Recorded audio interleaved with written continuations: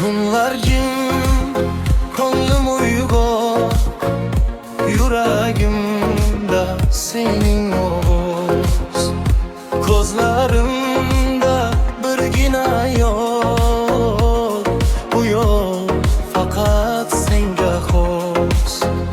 Har nafasim seni so'rar, isming yurakda yozilgan. Bu sevgi hech qachon so'nmas, taqdir menga seni bergan. Sen yuragim, sen hayotim, sensiz dunyo rangsiz sovuq. Bir umrga sen bilanman, sevgimiz bo'lsin abadiy buyuk.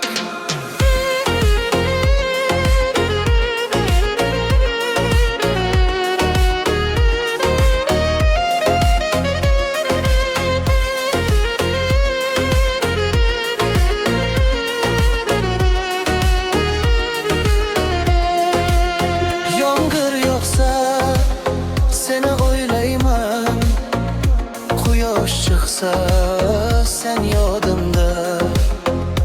Har bir lahza sen bilan, baxt bor faqat yonimda.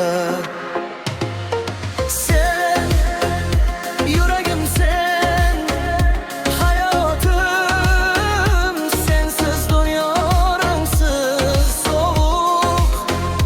Bir umrga sen bilanman, sevgimiz bo'lsin abadiy buyuk.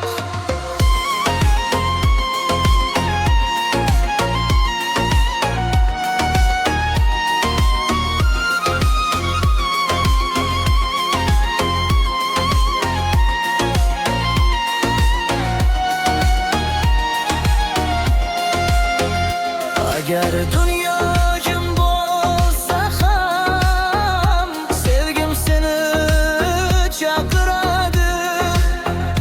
Yuragim oxirgi urishda faqat seni aytadi.